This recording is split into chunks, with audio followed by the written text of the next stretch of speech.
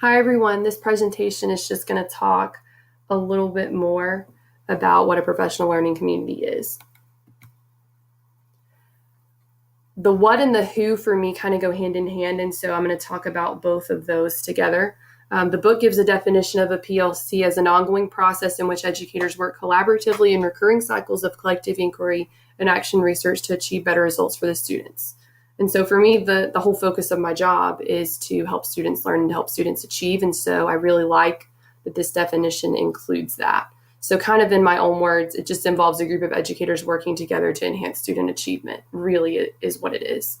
Who is it? It's helpful to think of the school or district as the PLC and the various collaborative teams as the building blocks. And for me, that was super important because before coming into this class, I thought of a PLC as a meeting of a small team.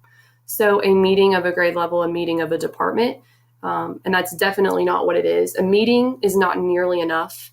It's not a process. It's not going to implement change. A small team is great. It's a piece of a PLC, but it has to be a district-wide effort, a school-wide effort. It has to include more people than just a small team. And so for me, that was super important to remember. The purpose of a PLC ultimately is to ensure that all students learn at high levels. Ensure being italicized because we want to make sure that students are learning. We don't just want to give them the chance or give them the opportunity. We want to make sure that they're learning. In order for them to learn, adults or the educators in the PLC have to be learning as well. The educators are the members within a PLC. They work together ultimately to achieve common goals, but they all have to be mutually accountable and they all have to take collective responsibility. So if a student has a success, everybody's accountable, everybody's responsible.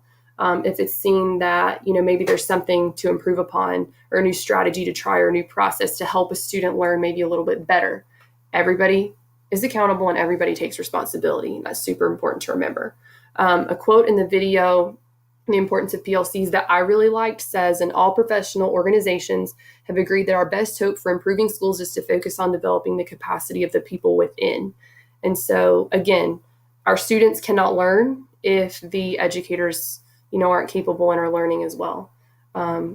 Building that shared knowledge that Chapter 2 talks about. So if a leader learns something new from a meeting or from, a conference or whatever, it's important that they communicate that to the other members so that everybody can learn. It's important that when we're trying to help students and we're trying to implement change for them, everybody's learning of new things they could try, a new strategy, a new process, etc. And so I think if, the professionals and the adults aren't learning, then the purpose of the PLC is definitely not going to happen.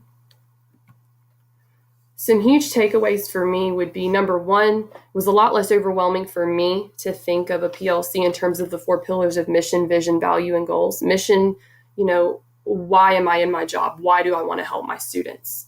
The vision, what can be done to help them? What direction am I going to go in? What strategies am I going to incorporate? Values, how am I going to behave in the classroom?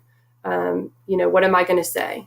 What kind of a role model am I going to be? And the goals, how do I ultimately know that I'm helping them? And so it's a lot less overwhelming for us to think of it that way, I think, just because we're doing these things anyway. Number two, not one person is going to be able to lead a change. Everybody has to want the change to happen.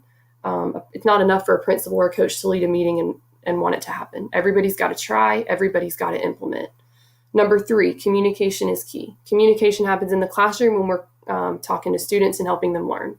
Communication happens when we're working together to figure out how we're going to change. Communication is there when, a leader is sharing new information. Communication's everywhere, and it's important to remember that. The fourth, the loose versus tight process. It's important for me to remember that I can still be myself as a teacher. I get really stressed thinking of how I'm going to implement all these changes and how am I going to balance my time.